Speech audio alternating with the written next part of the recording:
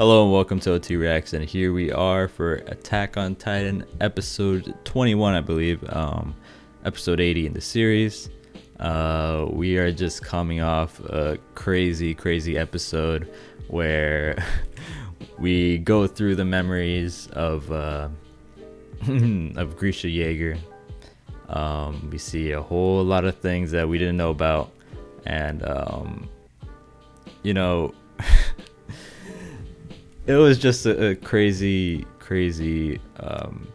sequence of events there. We saw Eren, we saw interactions between people from the future, you could say, in our present, interacting with people in the past and in their memories. And, it's an interesting thing that is possible in this world, being able to, converse with past memories in the past with current people. I guess anything's possible in the paths or whatever, but we saw that, and I think one of the most important things that came out of the episode is we learned the Attack Titan has a special trait, and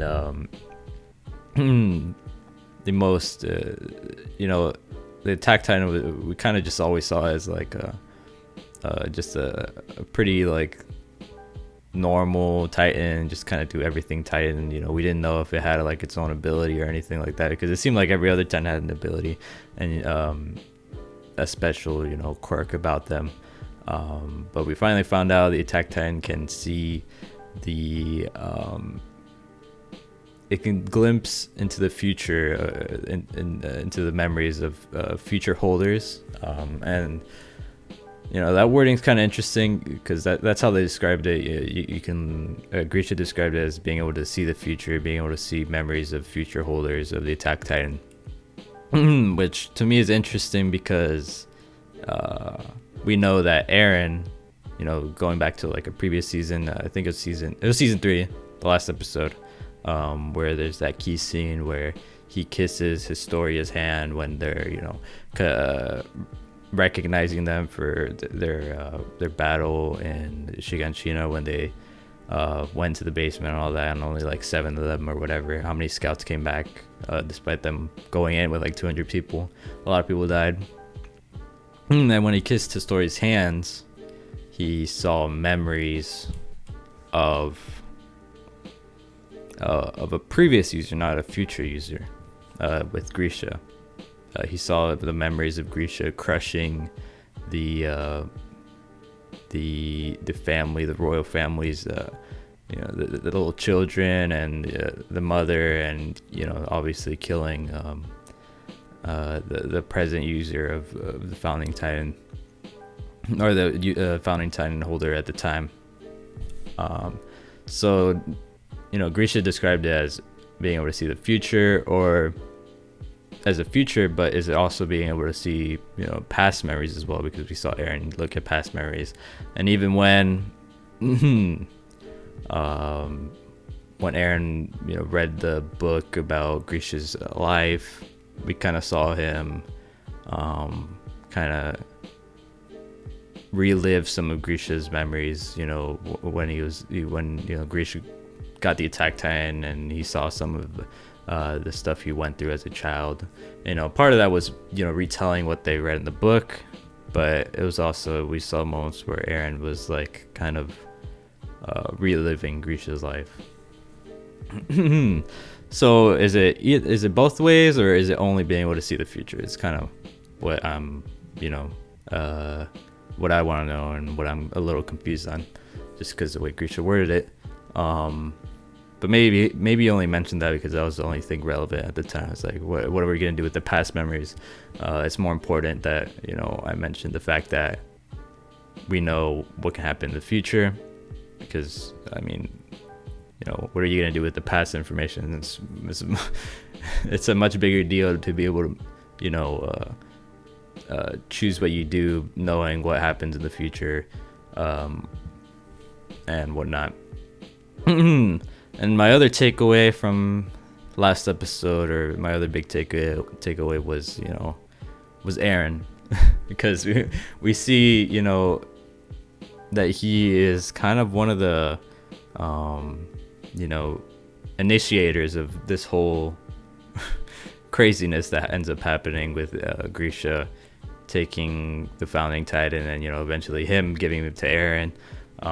You know, he's the you know, beginning of of our story, basically. At least you know, in a certain, you know, context, you could say. But why is Eren like this? Because Eren said himself that he was born like this. This is just who he is. You know, Grisha didn't manipulate me. We saw that, you know, going through the memories. Grisha let him live his own life, let him be free and grow into his own person or whatever. Zeke even said as much. But why is Eren this type of, you could almost just this type of extreme person is probably the best way to describe him. Is extreme because even at a young age, was he like 9 or 10 years old or something? You know, he murders those people, and he, as a kid, he was like, I will take away other people's freedom before they take away mine. Or, you know, in that sense, you know, extending his freedom with Mikasa, you know, is like, I'd rather take their freedoms before they go ahead and take someone else's, or someone that I don't think should have their freedoms taken away. And, you know, we obviously see him wanting to exterminate the Titans, and then eventually he wants to exterminate all his enemies. You know, why is he like this? Obviously, one of the things that you would bring up is the Attack Titan doesn't bow down to anyone. It keeps fighting. It keeps moving forward towards freedom. But, you know, saying all that, why isn't Grisha a bit more like Eren then? And because the reason why I say that is because in the moment where Grisha, you know, could take the founding titan and he could begin this whole, you know, sequence of events that leads to hopefully the freeing of Eldian people, he hesitates to, you know, kill these children and kill this other person and, you know, kill these people that he doesn't think should be killed. Obviously, you know, he even says it that, you know, I'm a doctor, I save lives, I don't take them. But Eren, he in that situation, if you put Eren in that situation, he does not hesitate to do that. He goes ahead and would kill them. And this is obvious because Eren tells Grisha, like, hey, you know, you started this story, you have to finish it and keep going. So why is Eren this big of a personification of the Attack Titan? Or, you know, he's the true, he really fills out the ideals of the Attack Titan greater than really anyone else that we know of. But I mean, we really only know Grisha and the other Eren, but still. So that's really the question I have there is why is Eren the way he is basically it. And yeah, I just want to discuss like real quick with some of the video on the screen from last episode, just real quick. Just some things that I noticed. You know, we see Eren move back, you know, start moving in the background while Grisha's talking with the royal family, talking about the Attack Titan and its ability to see the future. And Eren, you know, for whatever reason walks forward. But you know, does he walk forward because he knows exactly where he's supposed to be? Is that the thing we're supposed to know? Because Eren knows what's about to happen with Grisha, you know, not being able to being able to have you could say the resolve to go through with killing these people. He knows exactly where Grisha's going to be, you know, laying on the floor saying that I don't want to do this. So he's already, you know, preemptively putting himself in the position exactly where he has to stand to go ahead and tell Grisha that, hey, you know, you got to do this. Is that, you know, the reason why they have him just walk forward there? I know it's like a little thing just having him walk, but you don't just have a character that doesn't need to do something, do something. if you understand what I mean. And then you see Grisha hesitates, can't do it, and he falls to the ground. And of course, like I said, Eren preemptively walked there as if he knew exactly what was going to happen and go down, and what he needed to do as well. He stands there right next to Grisha, and he talks with him. He has a really, in this scene, in this specific shot, you could almost say, obviously the way this is, we could say composed, or just the way it's shot, it's obvious that Eren's, supposed to be kind of, you'd almost say, disappointed or disgusted with Grisha. The way they have him looking down at him, and Grisha looking at the floor, not directly looking at Eren. Kind of, a moment of disgust, like, when you go back to season 3 when we saw Grisha's memories, Grisha's memories on the wall after all his comrades got turned into Titans, and he was talking with Eren Kruger, when Eren Kruger was having that conversation with Grisha, and Grisha, he just wanted to give up, basically. He was like, this sucks, everything that happens has sucked. I don't want to do this, I don't want to be a Titan. And yeah, he didn't say all this exactly, but it was basically his moment of, he was just down so bad. You could say he was at a really, really low point, and he really didn't have resolve to do anything.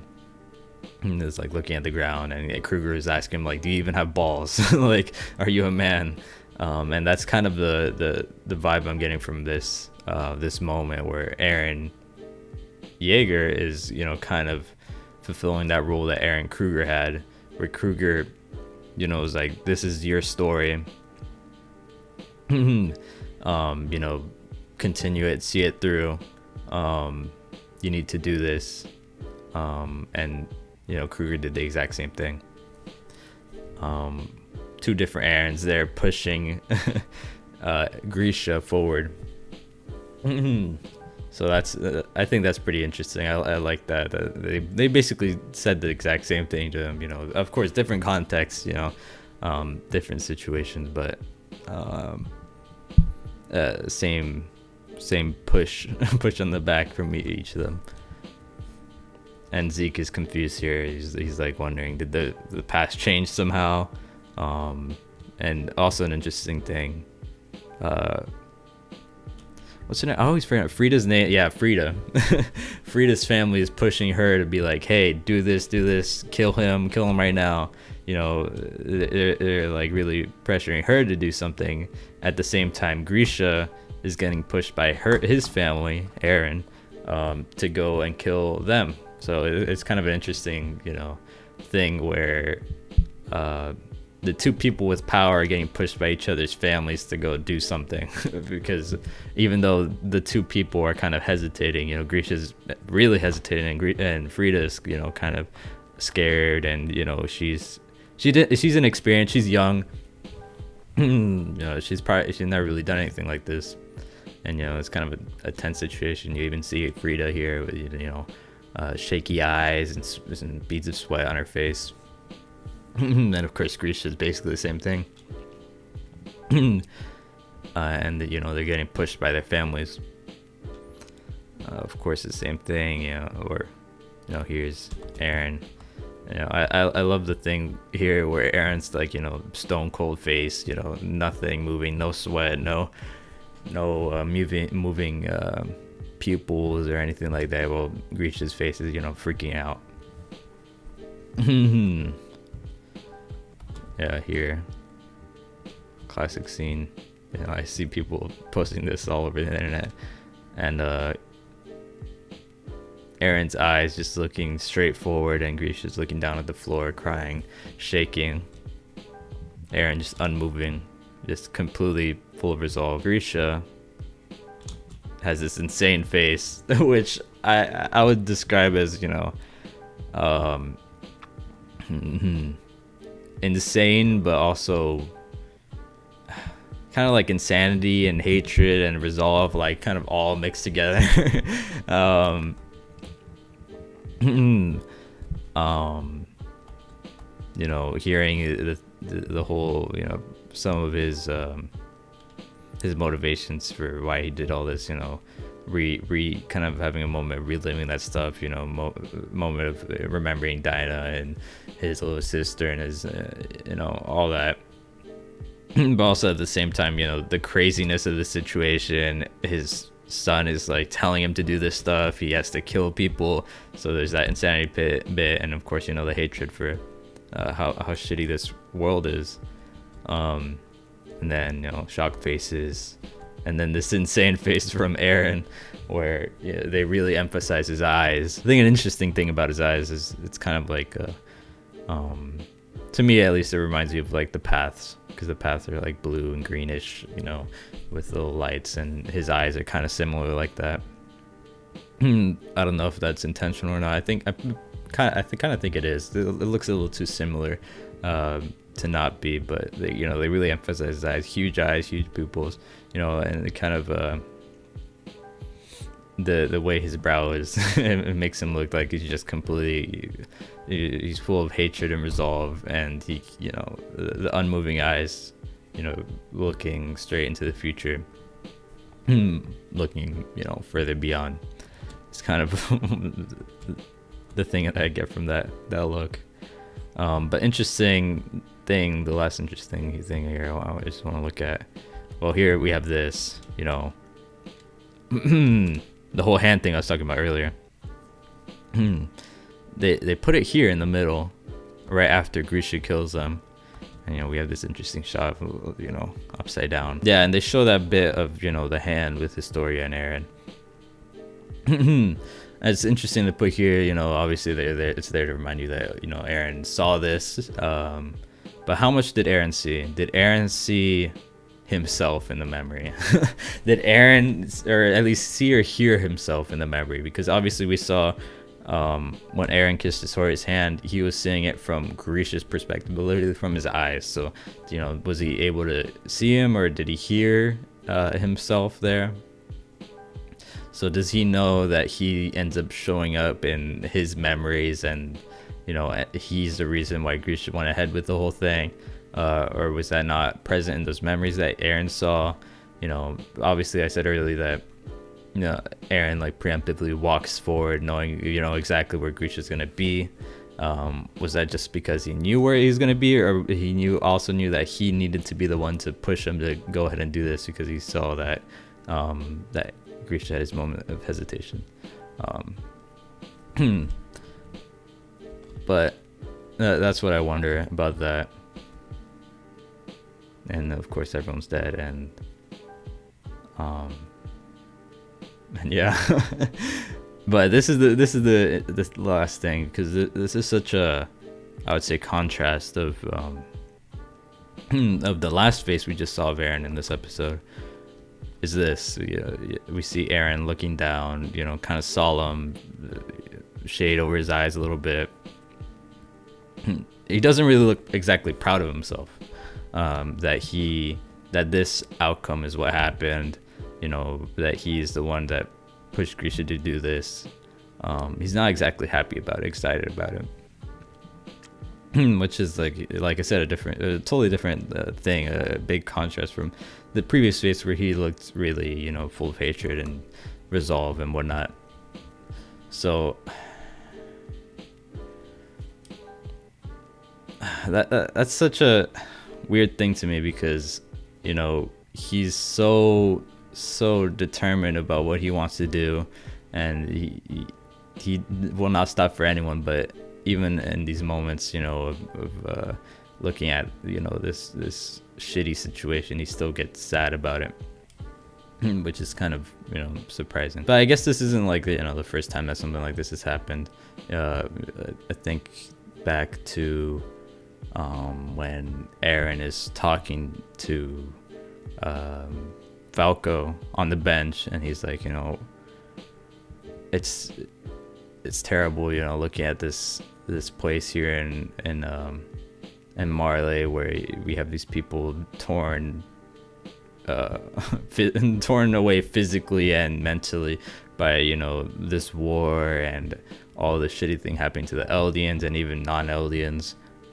It's terrible that's gotten to this place, and it sucks that this is the outcome that we have to, you know, live in. And he you know, Eren even had kind of a blank face when he, you know, killed all those innocent people in Marley when he transported to the Titan. And you know, even when he met up with Armin and Mikasa on the airship, you know, when he got picked up in Marley, they all kind of, you know, had this shaded over their eyes, and they're kind of at a blank face, and or not a blank face, but just kind of you know, almost like emotionally drained, you could say, or just like, I don't know exactly how to describe it, but you know, it was close enough to saying like a blank face. And they really couldn't like look at each other completely. You know, they knew that, you know, shitty things happened, and but this is, you know, just how the way it is right now.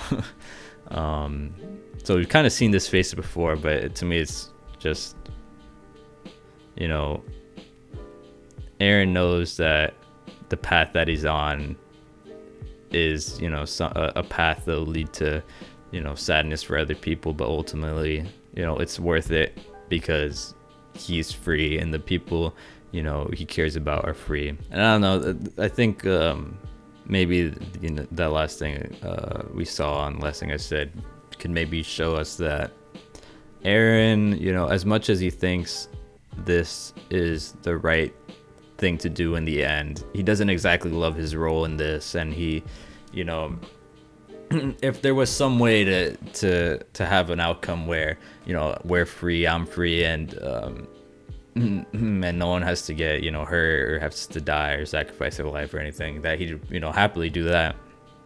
But there isn't a way to do that because, you know, the world's shitty or whatever, and, you know, you have to you know, equivalent exchange basically, you know, that you have to, you know, lose some to gain some. And, you know, he doesn't exactly love this role he's in, you know, whether you could say that he placed himself in this role, you know, he put himself in this position, or, you know, if fate or the world or whatever circumstance placed him in this position, you know, I'd assume that Eren would say that he put himself in this position. But, you know, the way time and, you know, these memories work, you know, is it fair enough to say that it's, you know, a thing of fate that put him as, you know, the head of the head of this whole kind of, you know, the head of the story, and you know, the head of wanting to restore Eldia and, you know, potentially kill a lot of other people. You know, we'll see. I kind of just want to get into the episode now. I think I talked long enough. Let's just get right into it. All right, we're back where we started, where what we saw last episode. Oh, we actually see the fight though. Okay. Yeah, and Frida was completely overpowered. They said that she was pretty inexperienced. Oh my god, he bit her whole head off. Jeez. Yeah, and Grisha, you know, upset that all that happened. Yeah, and of course they only see glimpses of the the future, not, you know, the whole future. He's having regrets a little bit. Yeah, that's another thing I didn't mention. The whole thing about Grisha saying that only Eren gets what he wants from here on out. He saw the glimpses of the future, yeah. That Eren is somehow able to, you know, either convince Zeke to use the Founding Titan for Eren's, you know, wants, or, you know, if he somehow figures out some other way to do it. Some other way to take hold of the Founding Titan. Yeah, because we know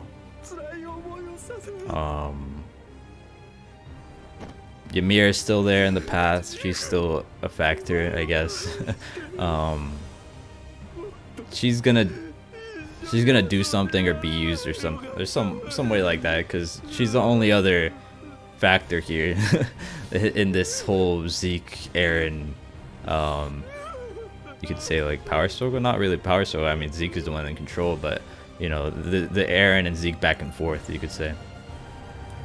She's the only other factor here, so you'd assume that maybe she influences the outcome here, or Eren's able to, I don't know, start a dialogue with her. Oh yeah, and we saw Eren's insane face. The T-pose. Okay, he says the power to transcend time. Okay. Yeah.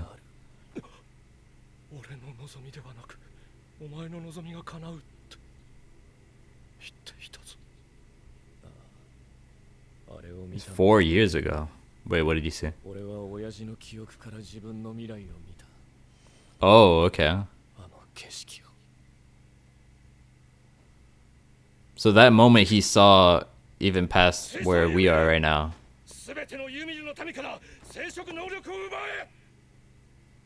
Of course, you know, Zeke described her as a slave to the founding titan in the royal family, but what is Eren gonna do here, though?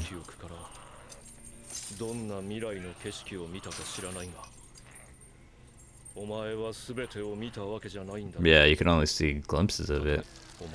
Jesus. Yeah.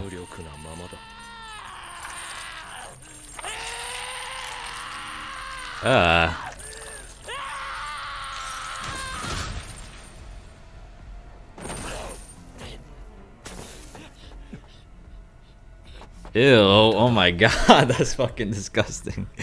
What the fuck? Has begun to move. What? Can he even like physically grab her?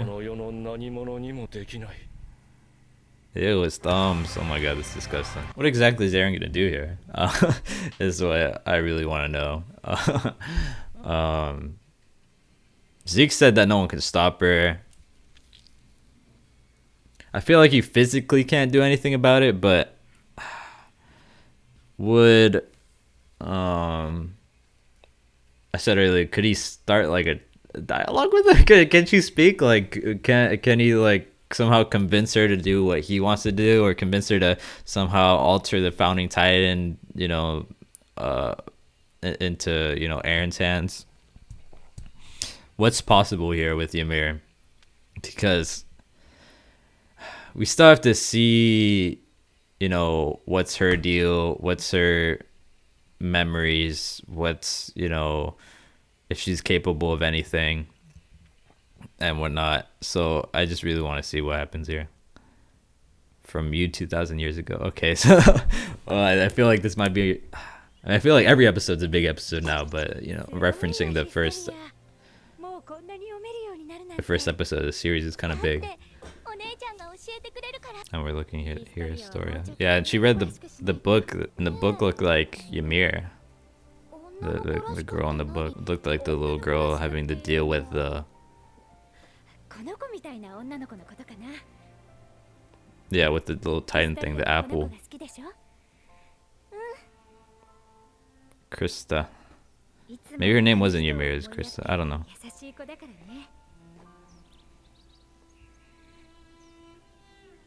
Okay, so we are seeing her memories. Okay. It's kind of like bland though. Like the way they're like showing this to us. Like everyone's eyes are shaded out, and it's kind of like a brown tint. Okay, people. Nearly got sacked.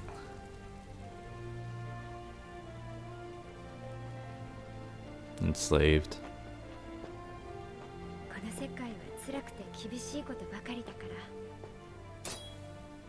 Ew, oh no.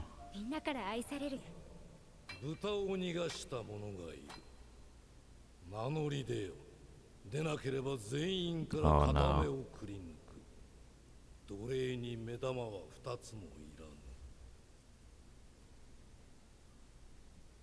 Is she gonna fess up? Oh no, they pointed to her. Okay. Wow. 逃がしたのはお前か。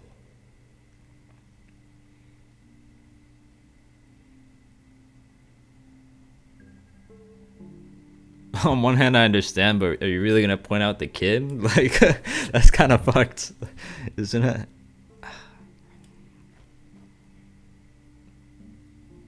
よかろう。お前は自由だ。 They're free.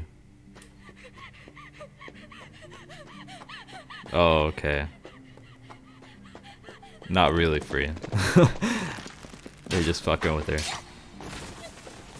Is this where she gets, like, saved? Like, the world looks down at her and it's like, the flower. Okay, we've been seeing flowers all season. I mean, throughout the show as well, but especially this season. I feel like. Now this is terrible. Tree. I mean, the path kind of looks like a big tree, doesn't it? The coordinate. Does some like monster or god take pity on her? Is this like that's kind of the feeling I get here?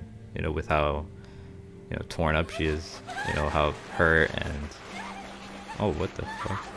Okay, that's quite the animation there.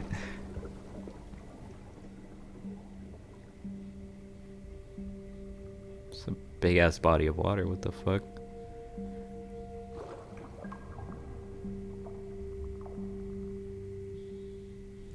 And there's like a skeleton thing. What the hell is that? Or like a not a skeleton thing, like a spine.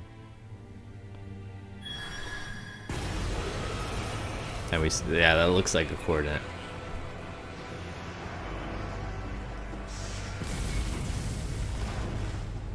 And she was the first Titan, yeah. Oh, she's like all just bones though.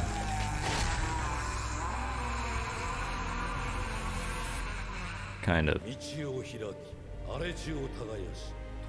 So wait, they saw.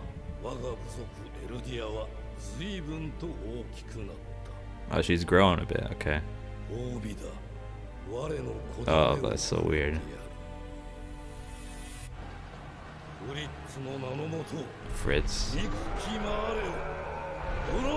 Okay, so they saw her turn into a Titan, and then they they're like, yeah, we're gonna use that.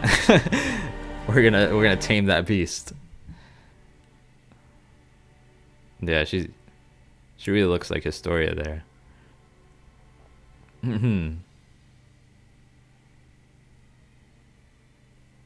We never see her eyes. We never see her talk. And she's just conquering lands because of the greed of a king of an army. And yeah, they continue to build their nation. And she's the prized possession. Yeah, it's quite some time's passed. Okay.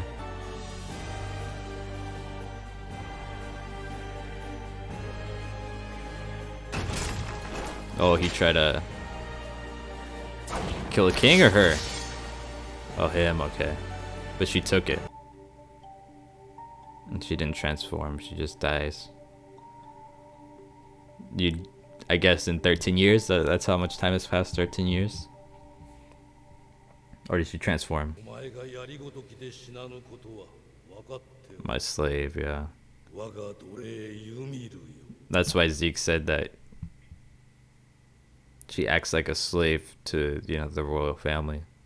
She even gave up her life for this man that had enslaved her whole life, basically.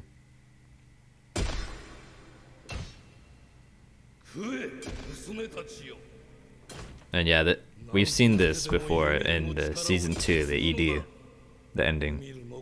There's like a, yeah, Maria Rosensina. Them eating like a body or something, or a skeleton. It's like a mural, or I don't know. And it's interesting that she comes back as a child.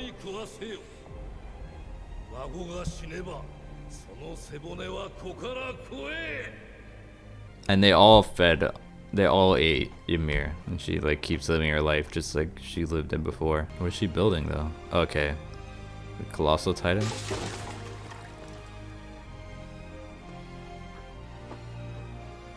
Too much for her?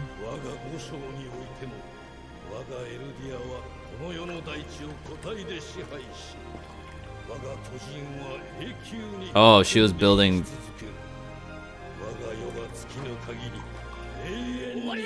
the walls?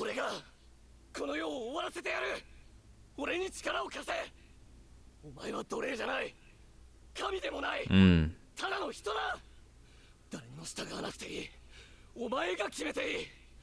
So Eren does try to actually talk to her. Are we actually going to see Ymir speak for the first time? Well,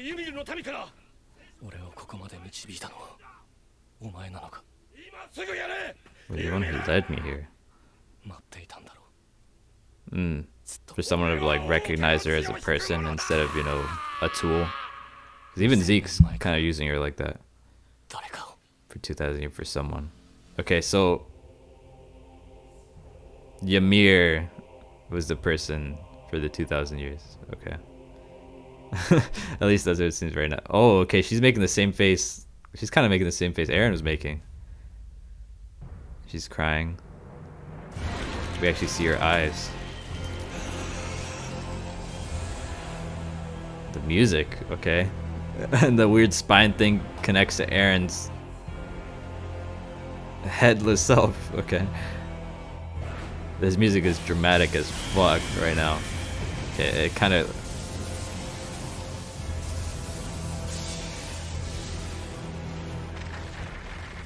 This is wild. Okay, he's doing the rumbling thing. Oh my god. Hell, fucking Peak's ugly ass Titan. Oh shit, they might be fucking dead.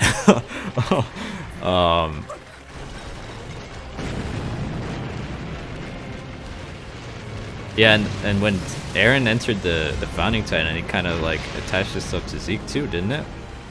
Like it looked like strings of it attached to Zeke. Yeah, here we got the Colossal Titans. I guess in those 2,000 years, or not 2,000 years, but she's the one that built the walls, you know. She had to do like manual labor in the paths area to do it.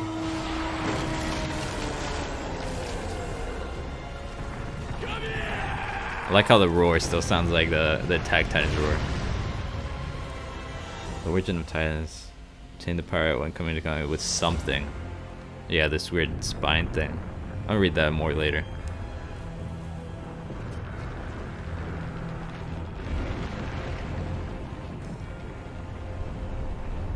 I mean, it kind of almost looks like Historia's father's Titan a little bit, doesn't it? This is insane. That is... Ew, oh my god, that thing's fucking massive. Oh my god. Okay, never mind. It's even bigger than Historia's dad's Titan.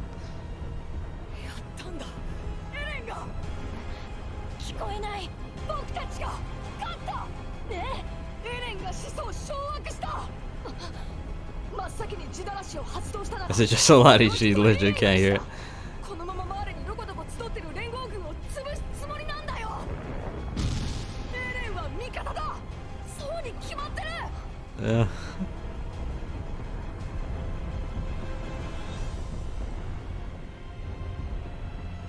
Yeah, because they're still having questions about if they were gonna do, you know, the whole euthanization thing. So now they know for sure. Eren wanted to do the rumbling, you know, in the end.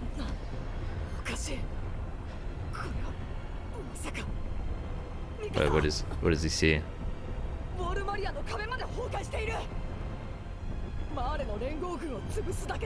Yeah, they thought he was just doing a test run. He wants to crush the world. He said that as much to Ymir. Oh shit. Oh shit. Oh shit, okay. they had a moment. 今エレンの声が Yeah, Aaron's like communicating with everyone. 俺の名はエレン・イエーガー。始祖の巨人 Oh, の sorry. すべてのユミルの民へ話しかけている。 Him saying his own name just makes you think of those memes of people saying his name. 壁の硬質化が解かれ、その中に埋められていたすべて And の Gabby's still 巨人は shocked. 歩み始めた。俺の目的は、俺が生まれ育ったパラディ When 島 is- の人々を守ることにある。しかし世界は So he's speaking to everyone, even the people in Marley. 人々が死滅することを望み、この島のみならず、すべてのユミルの民が殺され尽くすまで止まらないだろう。 And his story here's this too. 俺はその望みを拒む。 We haven't seen her in a while. この島の外にある全ての地表を踏み鳴らす。 That's crazy looking. そこにある命を Beyond our この shores. 世から駆逐するまで。 So everyone outside of the island. Oh shit. Oh, what the fuck? That was the fucking quickest episode ever. All right, so that that was the episode there. That went by so quick, bro. That was crazy. That actually shocked me that it said to be continued there at the end. Like I wasn't even like trying to anticipate the ending or anything. I was just like in the moment in the episode, and it just went by so fucking quick. Okay, but I guess I want to talk about the episode here. I feel like there isn't even like that much to like theorize about this episode or anything like that. It's kind of just a thing we just want to talk about it, about what just happened. I guess there's a little bit of what we can expect in the next episode, but I think the big thing, or I'm not even gonna say the big thing because there's a lot of big things in this episode. I guess I'll just talk about it, you know, as we how we experienced the episode. So Aaron breaks out of the chains because Zeke put him in those chains to restrain him and, you know, to show that he's the one in power here. Aaron, complete, you know, resolve, just breaks out of it, completely tears his thumbs off his hands. That was the first just disgusting thing that happened there. And he rushes towards Ymir, and, you know, in hopes of being able to convince her, stop her from you know, continuing and, you know, doing Zeke's plan, you know, of euthanizing the people of Ymir. And you know, he's successful. We see later on that he's successful in doing that, but before that happens, we finally see, you know, Ymir's side of, you know, we see Ymir's story, or at least you know, the seemingly important bits of it.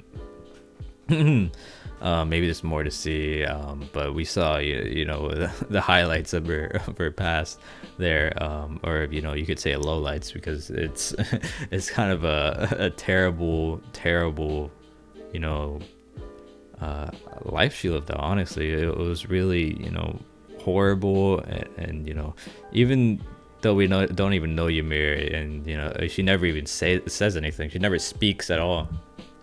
You still, you know, kind of feel her emotions, and you still feel bad for her.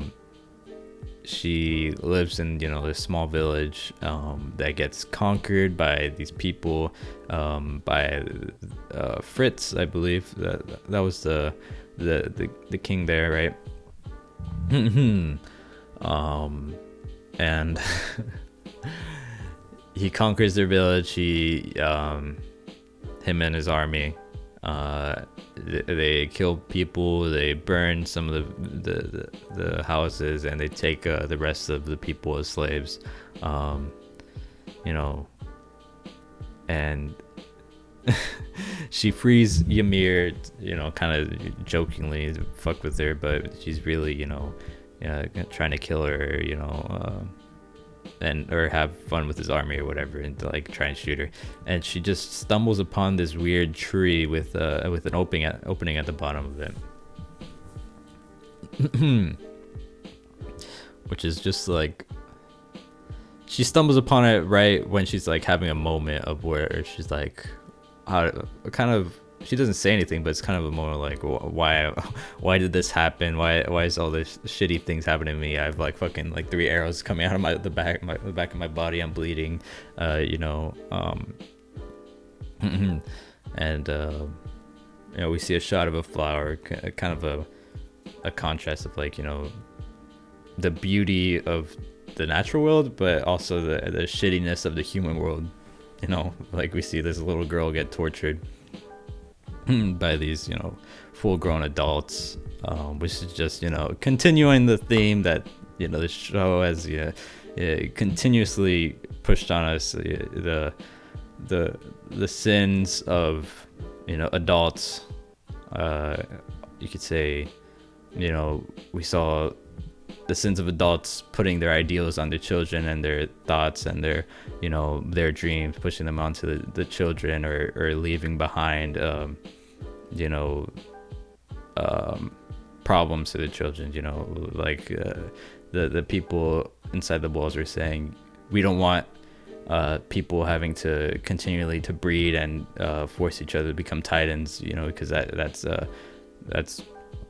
putting a heavy burden onto the children, or, you know, our future generations, that we really shouldn't do. And then you know, here we straight up see the sins of adults straight up, you know, torturing and harassing children that don't know any better. You know, should she really get shot like with arrows like 2 or 3 times in the back, and, you know, eventually, you know, they're looking to kill her just because she lost some pig and she's like 10 years old or something. Anyways,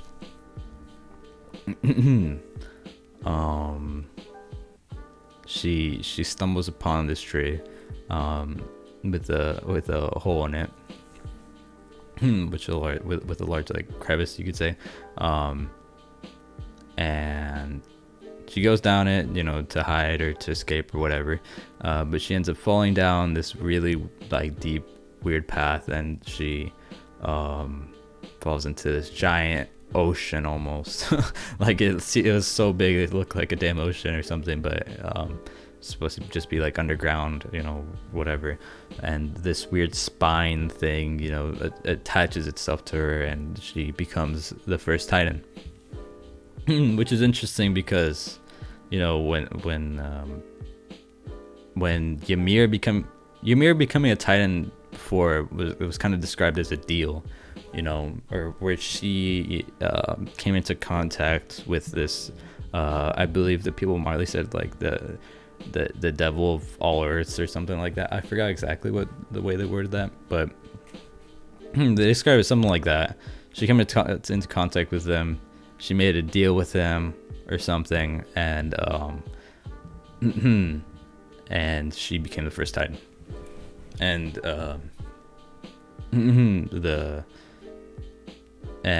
even, you know, we even see this in the pictures where she's like holding up an apple, you know, kind of like as an offering to this devil figure, and we see it in the story's book.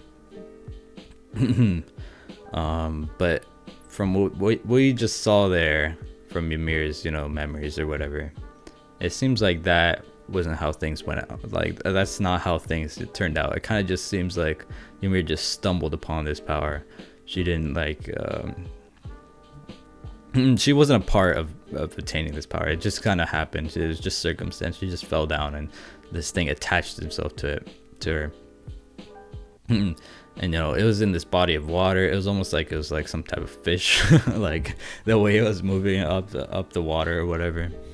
It was like almost like it was like some type of predator, and a prey finally went, you know, came into its hands, and it went itself, and, you know, and came to her. So was this thing waiting for someone to fall down and attach itself to? Did this thing know that this specific person, like, it knew the fate, that it knew the future, knew the fate, it was fated that someone was gonna fall here, and they knew that it was Ymir? Is this thing like conscious? Is it like a person? Is it just a thing? You know, in the title card, which I actually might read right now, it described it as something, you know, in quotes. Hold up, I'm actually gonna look for that. But as I look for that, I'm gonna keep talking here. Yeah, it's just, what is that thing? Like I said, it straight up looks like a spine. It kind of looks like a human spine, but also kind of looks like an insect or something, or like some type of fish. I don't know, but it mostly looks like a spine. You know, Ymir never. It seems like she doesn't really explain to the king, you know, what happened to her, or you know what the deal is with her power. She kind of just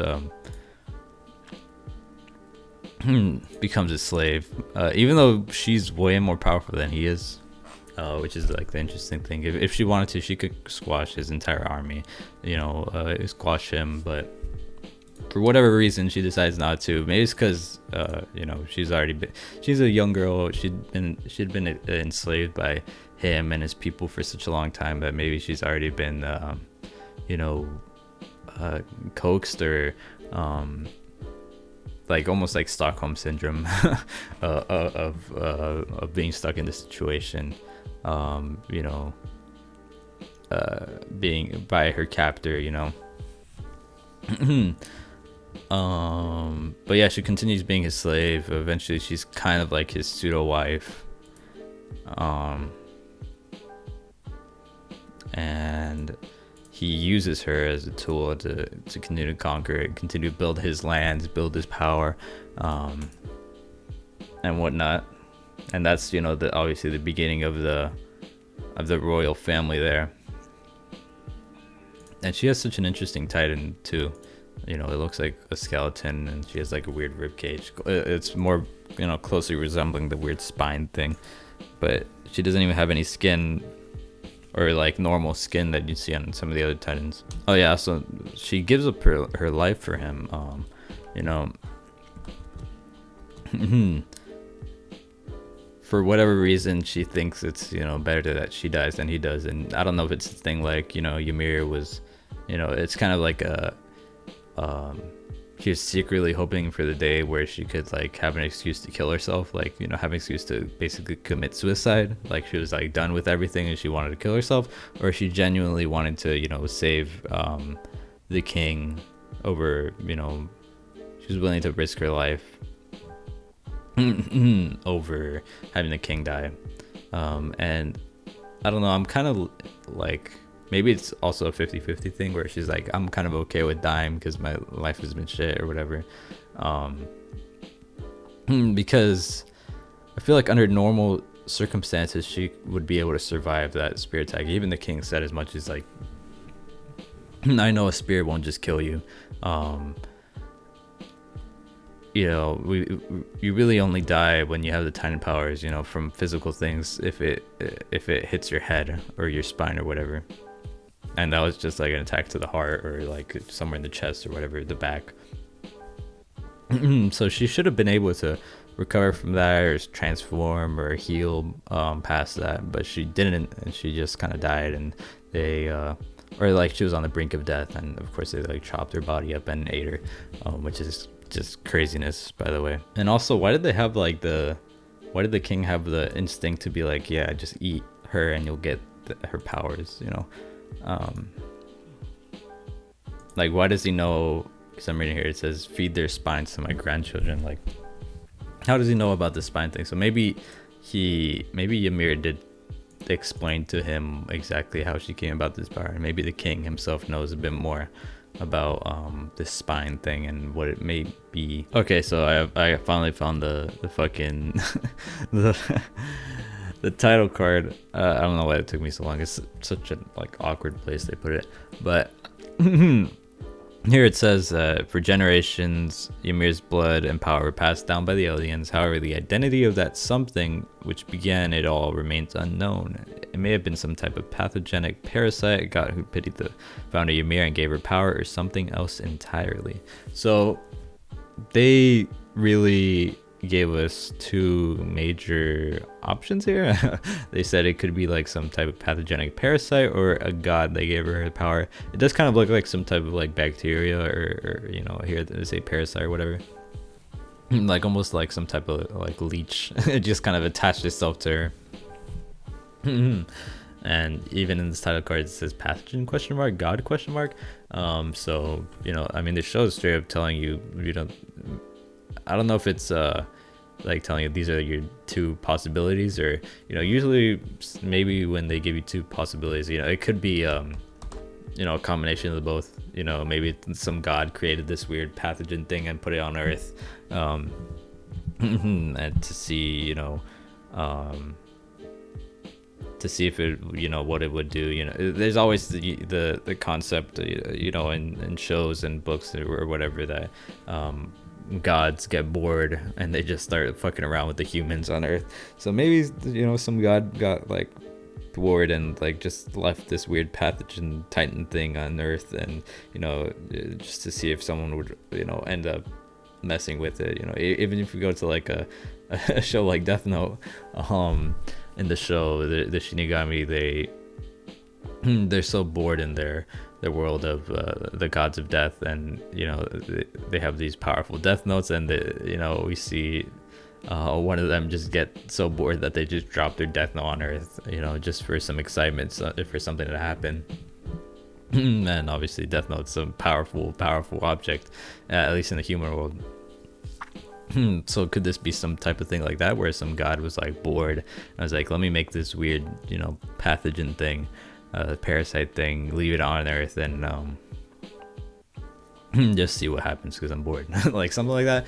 Or, you know, they also here in this title card, they're like, did some god pity Ymir? You know, that was the thing I kind of said in the reaction, was like, you know, Ymir's down so bad, is something gonna, like, you know, pity her, you know, like the Earth is just gonna pity her so much that they're gonna give her this power. But why would they do that? Like, why would they give her this weird titan power?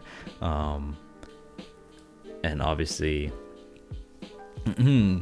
obviously it didn't really work out too well for her. I mean, she survived, but she ended up not living a very great life, honestly. No. she was kind of like, she continued to be a slave. She was used to murder people and conquer nations. She eventually died, taking a spear to the body. And they also say here, you know, or something else entirely. Who knows? That's maybe the new big question here. I don't know. I'm kind of leaning towards like just some bored god fucking around with people, because why would a god giving pity give her this strange titan power of all things? You know, I don't know. Maybe it's something where the god has like created this thing, you know, that turns them into titans, and titans are kind of more closely resembled to the gods. I don't know. I'm just putting stuff out there, but I'll move past that for now. You know, the thing does look like a parasite, but also looks like a spine because its little things look like little rib cages.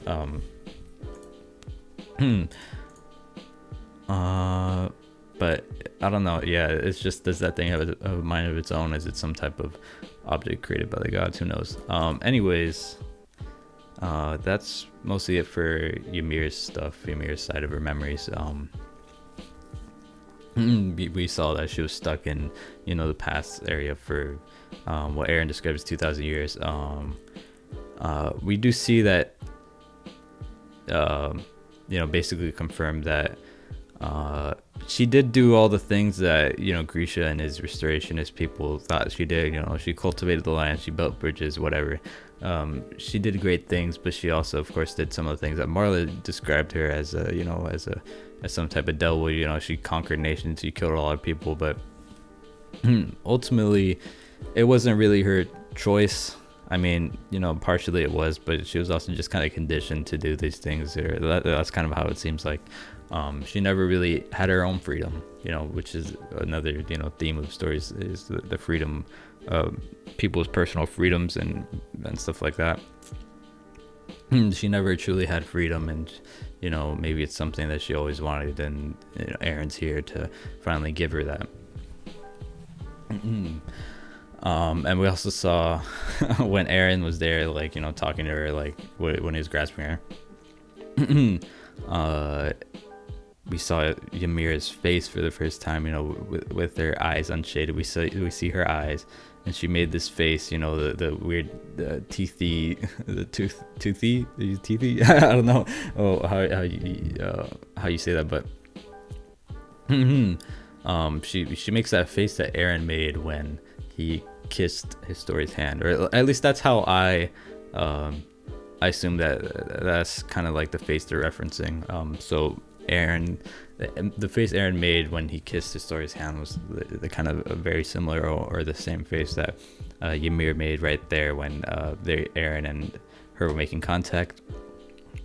And maybe, you know, of course Eren said that he saw the future in that moment, and I guess maybe he partially saw, you know, this future with Ymir or whatever, and that's why he made that face.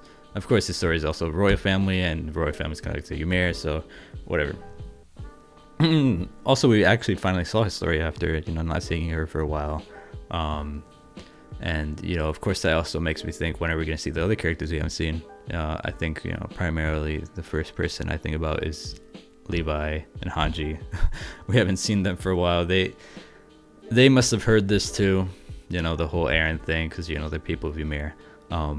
But how will they respond? What are they doing right now? What's their what is their role in the rest of the story, and how, you know, this also moves on to what happens now, because Eren has reached the state of, you know, being able to control the Founding Titan, it seems like.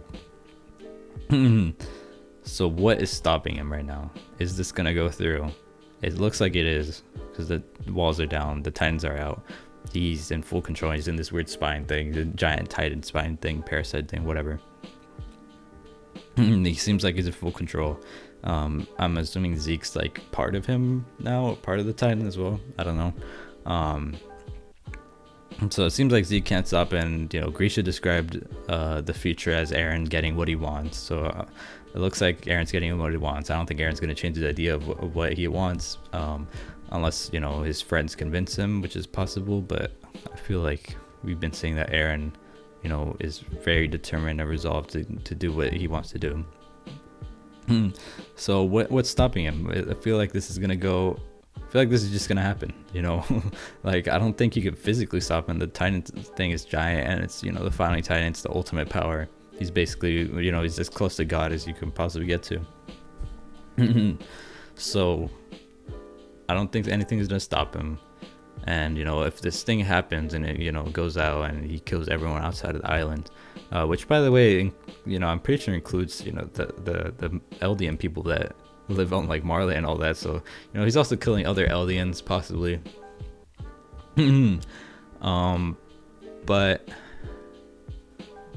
I don't think you can physically stop him, and it looks like it's gonna go through. You know, are we gonna see part of it, you know, the world getting crushed? Is he actually gonna completely do it? Is it only gonna partially happen?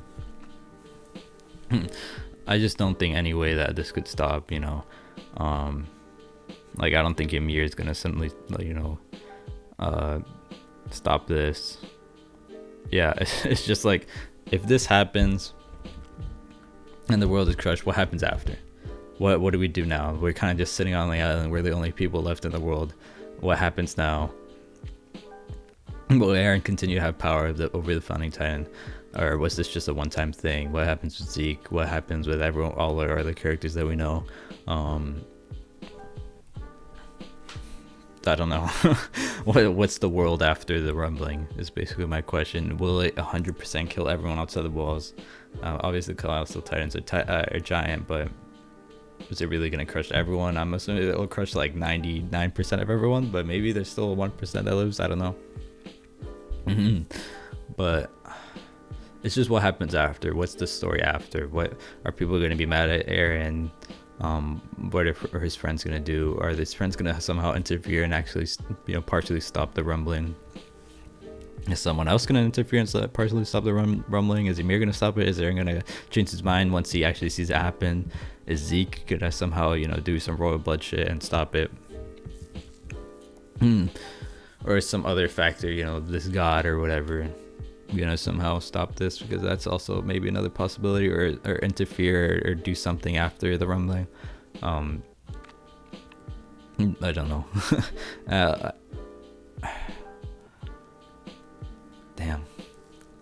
Yeah, I just want to see, what happens with some of our other characters, and if this actually goes through. That's really all I have to say now. I mean, there really isn't much else to discuss. I feel like a lot happened, but also not that much happened, in a sense, because there was a lot of backstory there. I think that's all I got to say. I'm probably gonna speak more about this because I'm gonna rewatch the episode before the next reaction, probably. I'll say more about it in the next intro, but I think for now it's enough. I kind of need to cool down after that episode. So that's it for today's episode. I hope you guys enjoyed, and I'll see you guys around.